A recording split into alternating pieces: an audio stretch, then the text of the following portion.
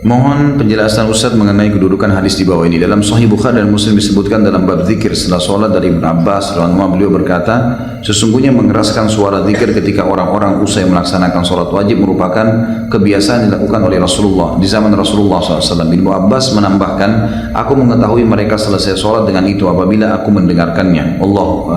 Wassalamualaikum warahmatullahi wabarakatuh. Baik, ini hadis sahih memang, gitu kan? Dan boleh seseorang habis sholat mengeraskan suara ya. Tapi ada riwayatnya yang menjelaskan pengerasan suara di sini adalah Nabi SAW membaca, para sahabat membaca, dan suara mereka terdengar. Itu yang ada. Tapi tidak ada riwayat yang menjelaskan kepada kita kalau itu Nabi SAW lakukan secara berjamaah. Nabi SAW yang baca ayat kursi semua sahabat ikut, bukan begitu yang dimaksud. Karena riwayat yang kedua, ada riwayat yang lain menjelaskan selain riwayat Ibnu Abbas ini, kalau Nabi SAW membaca dan sahabat membaca, misal di sini baca ayat kursi, di sana baca Al-Ikhlas, sana baca Subhanallah 33, bebas, tidak terikat dengan satu panduan. Itu yang ada, Allahu a'lam. Tentu sekali lagi ini bukan menyalahkan ya. Kalau ada teman-teman di sini, saya akan selalu mengingatkan dalam pengajian sekarang, karena ini sudah banyak orang yang mau menyebarin fitnah ke sana sini. Kalau antum berpegang pada dalil, berzikir berjamaah setelah sholat, lalu rame-rame sama-sama punya dalil, silahkan kerjakan.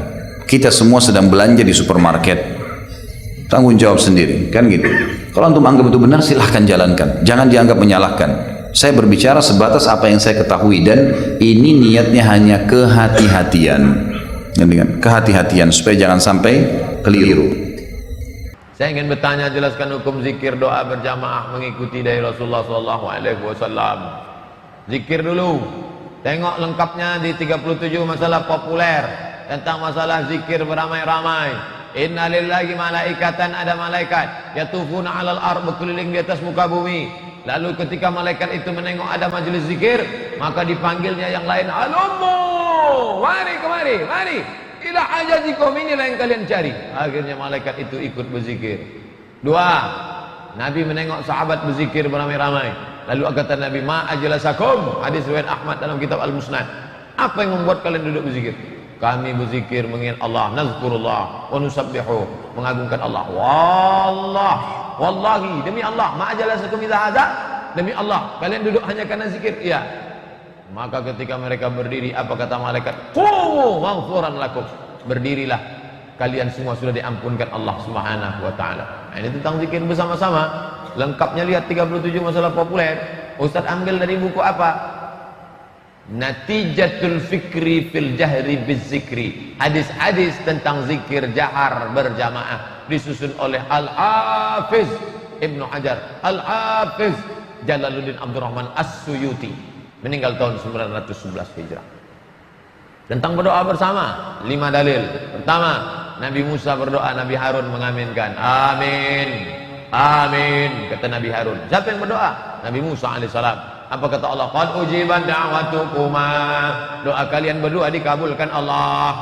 Dalil kedua, ad-da'i wal mu'ammin fil syarikani fil ajri, yang berdoa dan yang mengaminkan berkongsi. Saya yang berdoa, bapak ibu yang mengaminkan, kita berkongsi pahala. 3, la yajtami' mala'un, sekelompok orang berkumpul, fa yad'u ba'dhum, berdoa satu orang, wa yu'minuhum sa'iruhum, diaminkan yang lain, illa ajabahumullah, Allah mengabulkan doa mereka. 3, Jibril berdoa, Nabi Muhammad mengaminkan. Amin. Siapa yang kau aminkan ya Rasulullah? Jibril. Apa kata Jibril? Mu'dan liman adraka Ramadan falam yughfarlah, celaka orang yang jumpa Ramadan tapi tak dapat ampunan. Amin, kata Nabi Muhammad. Dalil kelima, sahabat berdoa, Nabi mengaminkan. Amin, kata Nabi. Sahabat yang lain minta, aminkanlah doaku ya Rasulullah. Sabaqaka, sahabatmu sudah mendahuluimu. Pernahkah Rasulullah melakukannya? Pernahkah dilakukan Rasul? Ini pertanyaan yang tak pernah ditanyakan kalangan salaf. Pernahkah Rasul melakukannya?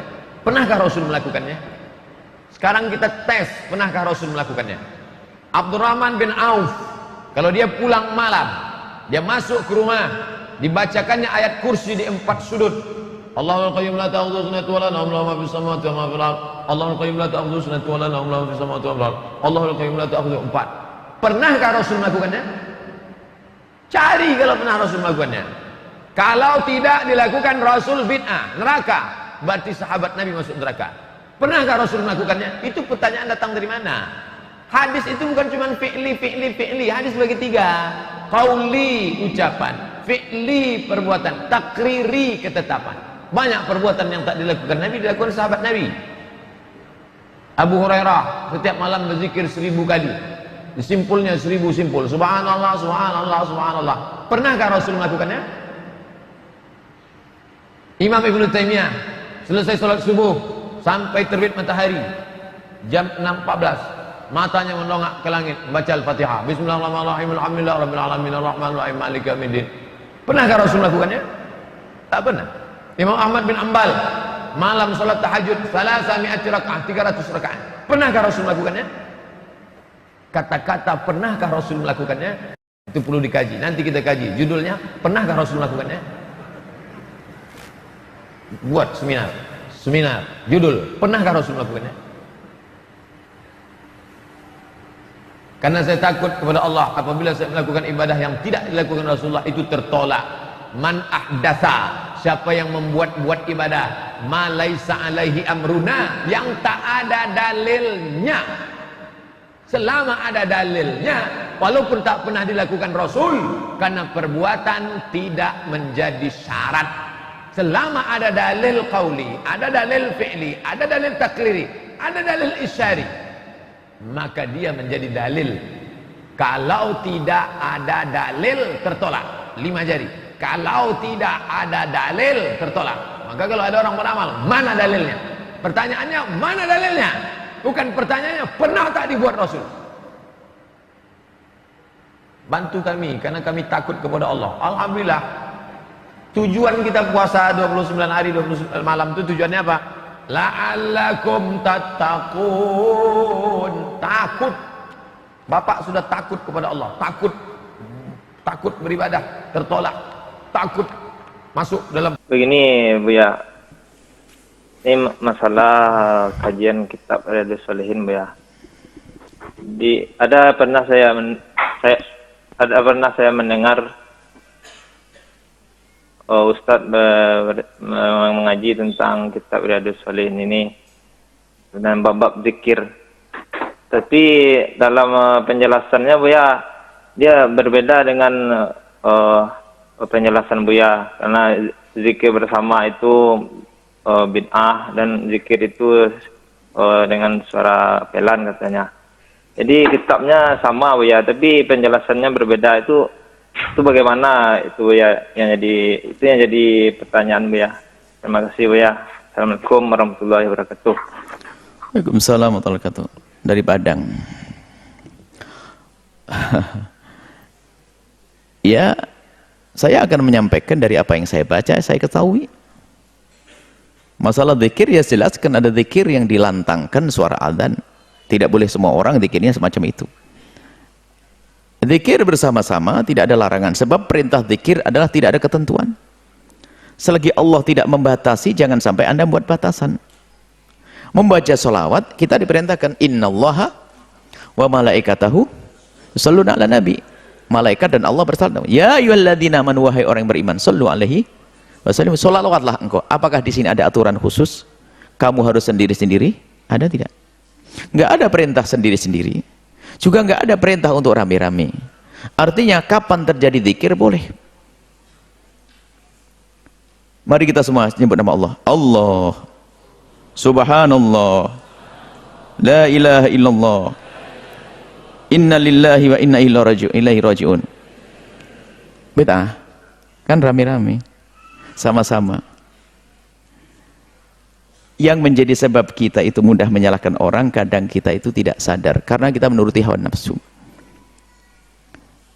Suatu ketika, ini kejadian yang sesungguhnya, mungkin sekaligus dia sangat marah, doa kok bersama, doa itu sendiri baik. Akhirnya dia akhir majlis yang ngomong, ya Allah, semoga Allah menjadikan kita hamba yang ahli surga, amin. Nah, dia juga ngomong amin dia. Ini Masya Allah, makasih Ustaz, kita barusan doa bersama. Jadi sebetulnya nggak ada masalah yang demikian itu. Anda kalau dipermasalahkan, Anda jangan menganggap itu sebuah masalah. Memang dalam setiap kehidupan ada orang yang semacam itu. Tapi Anda kan punya rambu-rambu, punya ilmu. Zikir boleh dibaca bersama. Khususnya orang-orang awam, itu kalau zikirnya nggak bareng-bareng, lupa urutannya yang mana. Kadang nggak hafal. Zikir habis sholat nggak ingat. Habis sholat langsung bubar. Jadi kalau Anda orang menjelaskan Riyadhus Shalihin, kemudian dia melarang zikir bersama, nggak tahu diambil syarah dari mana. Mau di Riyadhus Shalihin ini menyebutkan tentang kita dihimbau untuk berzikir, baik sendiri, berduaan, bertiga, atau rame. Gantian juga boleh. Jadi nggak ada, yang penting kita banyak berzikir. Kemudian ya kalau rame-ramenya tanpa disengaja, ya memang ada larangan harus rame-rame tidak disengaja. Nggak ada, sengaja tidak sengaja. Jadi Anda jangan membatasi begitu. Zikir ya zikir. Mengangkat suara ya penting jangan lantang bikin orang pusing kaget, wajar. La ilaha illallah. Subhanallah. Jadi itu sebetulnya lagi-lagi tadi hawa nafsu. Kalau sudah kita kadang-kadang begini, kalau sudah tidak senang dengan kelompok itu apa saja dikan salah. Dibahas urusan zikir, zikir bersama jadi bid'ah. Mengeluarkan suara dalam zikir bid'ah. Wong Nabi pernah melihat orang berzikir, dengar orang berzikir kok. Mengucapkan zikir Nabi mendengar, Nabi tidak melarang kok.